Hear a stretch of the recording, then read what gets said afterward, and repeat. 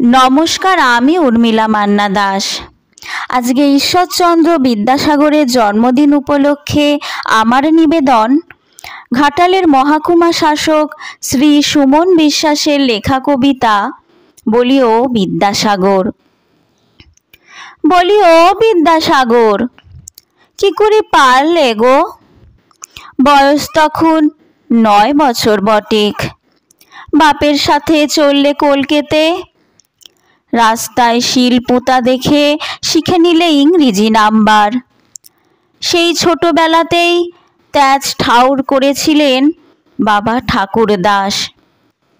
বীরসিংহের সিংহ শিশুই বটেক।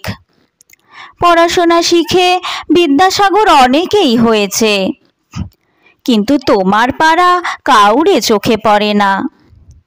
যেমন ধরো, তুমি যদি বর্ণ পরিচয় না লিখতে, তাহলে আমরা তো অক্ষরই চিনতে পারতাম।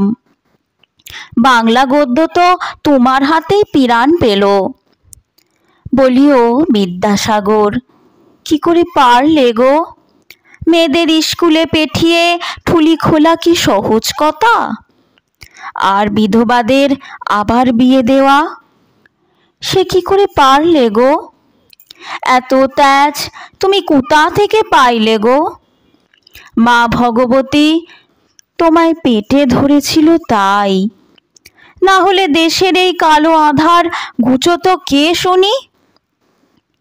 তা হ্যাঁ গো বিদ্যাসাগর, শুনেছ তোমার মূর্তি নাকি ওরা গুড়িয়া দিল? একবার হাতটাও কাঁপলো না গো? যে মানুষটা একখান খড়ম আর কাপড় পরে জীবন কাটিয়ে দিল, এত এত বিদ্যালয় খুলল, তার কি না এই প্রতিদান? হ্যাঁ গো বিদ্যাসাগর, আবার একটিবার এসো ক্যানে। এখনো তো পাড়াগায় বাল্যবিবাহ হচ্ছে গো। বিটি মাইয়ারা এখনো নাকি বোঝা। তাই বাপে মায়ে বিটিদের তো বিয়ে দিতে পারলেই বেঁচে যায়।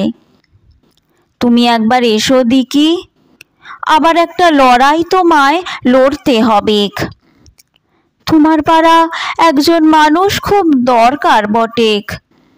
সমাজটাকে সবক শিখাতে তুমি ছাড়া আর কে পারবে শুনি?